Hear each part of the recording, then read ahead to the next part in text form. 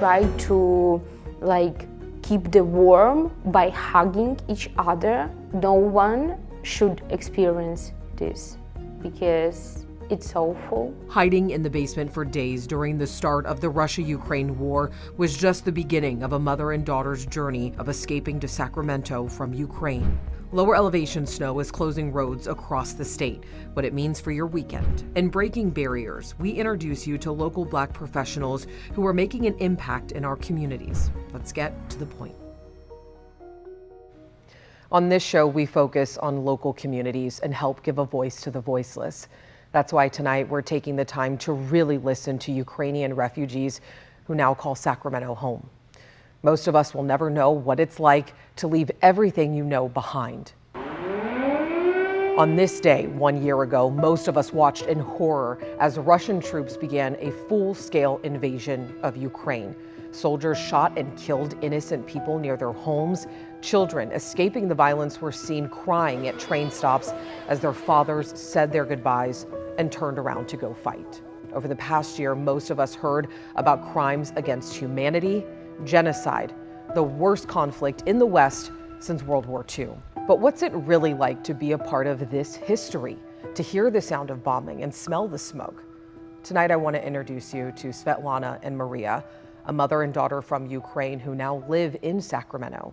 They spent the first days of the war hiding in a Ukrainian basement and describe what it was like to breathe safely for the first time since the war. I was going to school, and my mother, she was a housewife. My father worked abroad in foreign countries. Meeting with my friends because I love these people so much. What happened when the war started? What was that like? It was like the awful morning because I remember it. My mother woke me up and she shaked me and yelling, "Mary, the war started, wake up." So it was like in a horrible movie. I was really terrified because I didn't know what I supposed to do. I opened the window and I saw the smoke from the airport because I can see direction where was the airport and it was bombed.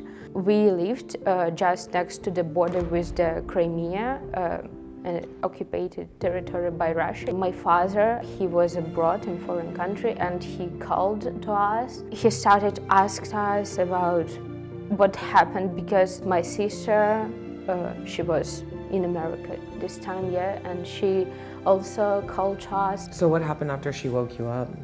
I remember that we take our luggage, we go downstairs and try to put it in a car, and we also met our neighbor, and he said that we shouldn't go right now because the roads could be bombed too.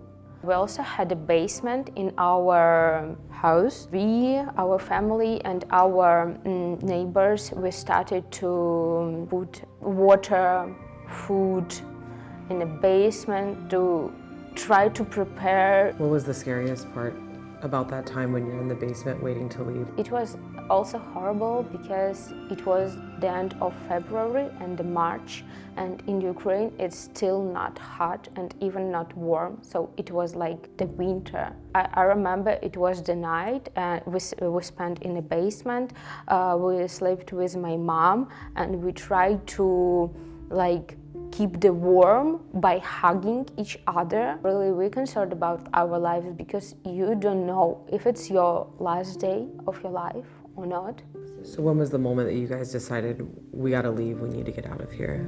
It was terrible because the soldiers from the country who make the war against us are in our city now, and they can just break into your house and we don't know, to kill you, to take your stuff. We wanted to protect our lives. When you do make the decision to leave, where do you go? We escaped through this border, and it was really difficult because the battles was just near the road.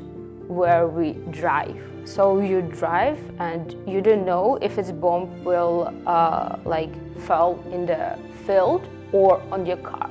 I can't explain this feeling, but you always feel like a tense on yourself.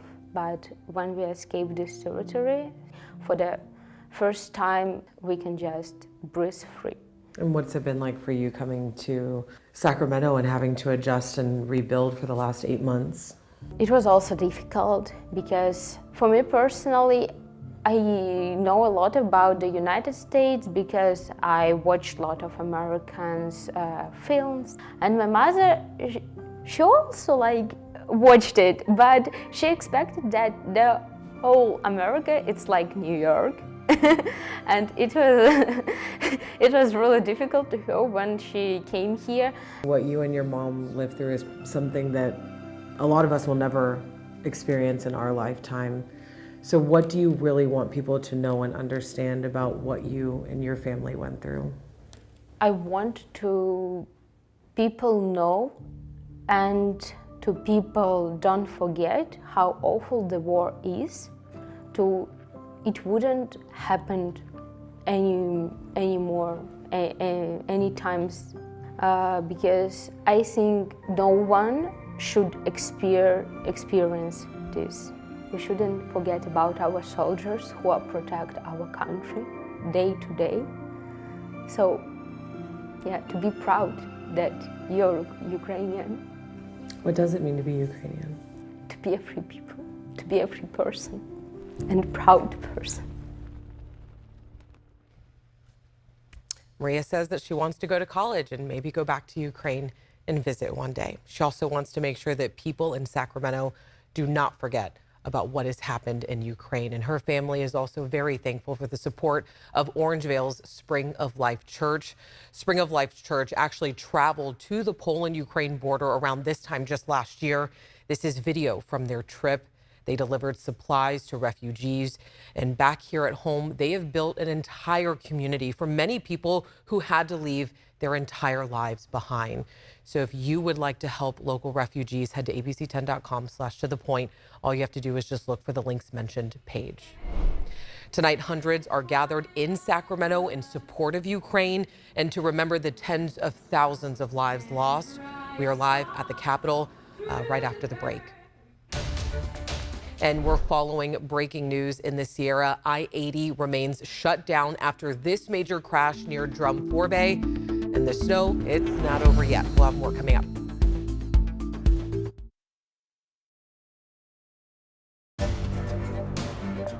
Hundreds of people are gathered at the state capitol in solidarity with Ukraine. Our Alicia Machado is live with the rally that is now well underway. Good evening, Alicia.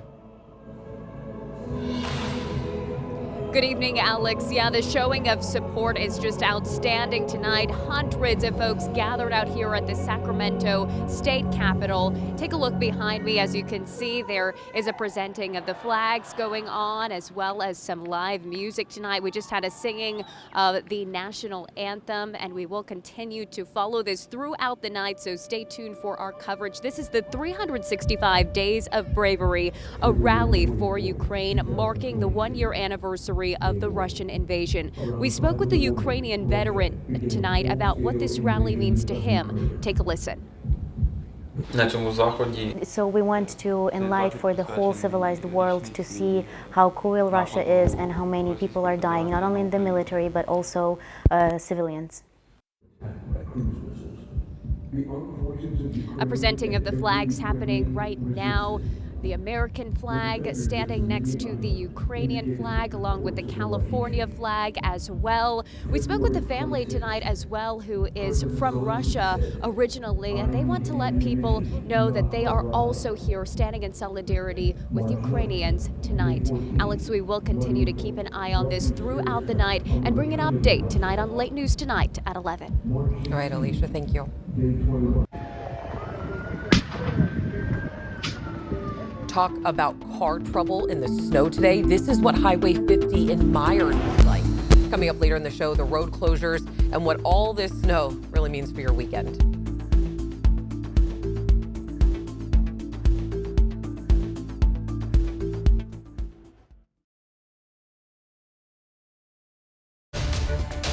Breaking news on I-80 in the Sierra tonight. Caltrans says the interstate from Alta to the Nevada state line remains shut down because a lot of cars, they need to be towed after this crash. CAL FIRE says at least 4 people were taken to the hospital. And you already know we're working to get you more information. But let's go ahead and bring in meteorologist Carly Gomez, because Carly, I mean, this is just the Sierra. Yeah. A lot of people are seeing that lower snow elevation, even the Grapevine being closed. I know, a lot of accidents all across the board. Caltrans reporting them up and down the state. And you know, the entire state's been impacted by this storm system.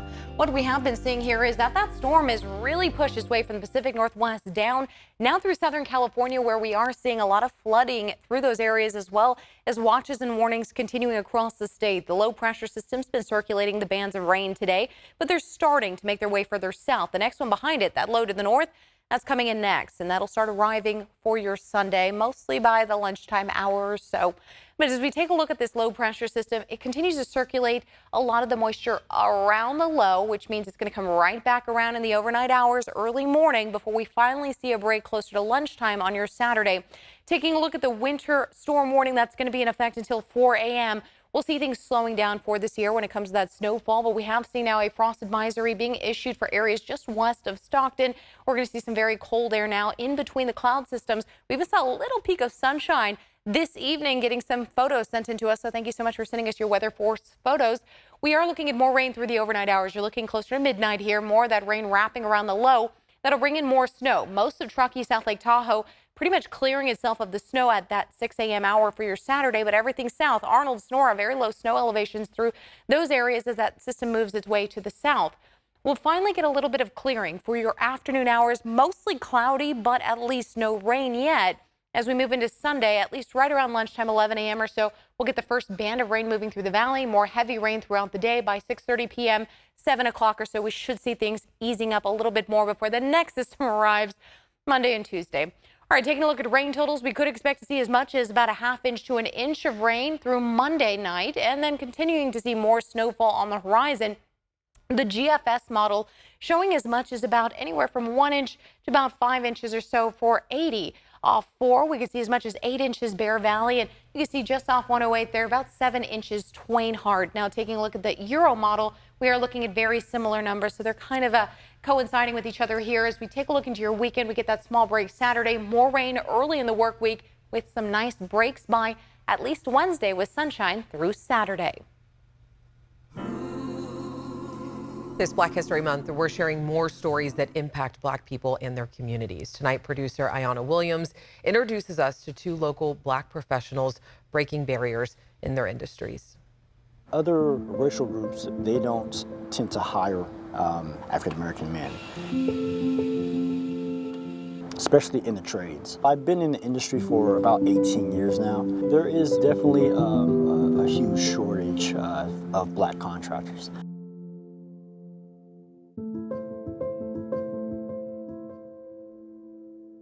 There is no reason why young Black men and even young Black women can't get into the trades. Most people that were working in the trades in my hometown were Hispanic and white. Hearing a lot of the Hispanic guys on site, they said to themselves that they don't hire African American men. We as Black people have a stigma of being lazy. You can really find success if you find something that you enjoy. Anything is possible. There is no American history without Black history. Even though we've been through the gauntlet in this country. From our history, it just shows us that we were not and we could not be denied of excellence. Even with the stigmas that we have attached to our Blackness, we always find ways to still rise. And that's what I'm telling my son and my daughters, is that your history in this country is deep and it's vast, and no one can take that from us.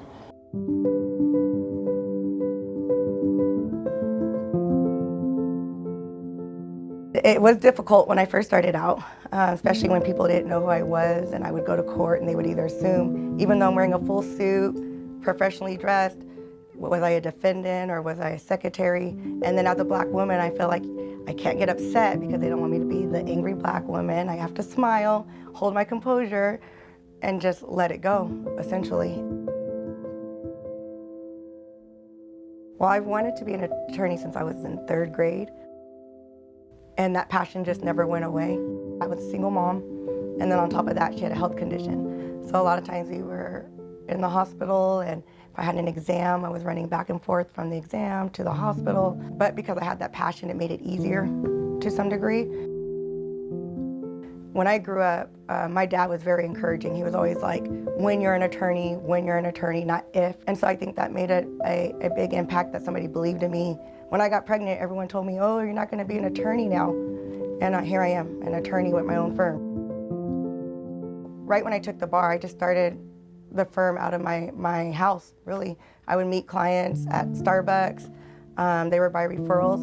So I do believe back then, it really affected me getting a job or going somewhere. And sometimes even now, you'll hear people say, oh, you should apply for this because they need Black people. Like, no, they need a good woman. Why say something like that? But any position I get, I don't want it to be based on my race. I want it to be based on my skills, my ability, my appearance. But you just brush it off and smile and keep going. As women and Black women, we have to work harder. We can't do the same thing that other people may be able to do in our field. And I feel like now, even though we're still minimal, Black attorneys are amazing. Just do your best and show them that we can, and we're just as good. Not because of our race, not because of our sex, but because of who we are as individuals. Coming up on Monday on To The Point, the big histo. We hear from women of color how they've struggled with their doctors getting unnecessary procedures, and the local group that is shining a light on what change can look like. We're back after this break.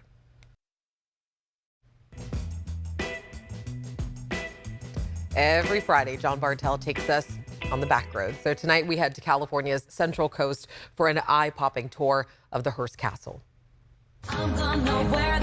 Leave it to Grammy Award-winning musician Lady Gaga to choreograph a music video inside a Roman bath and Mediterranean-style mansion.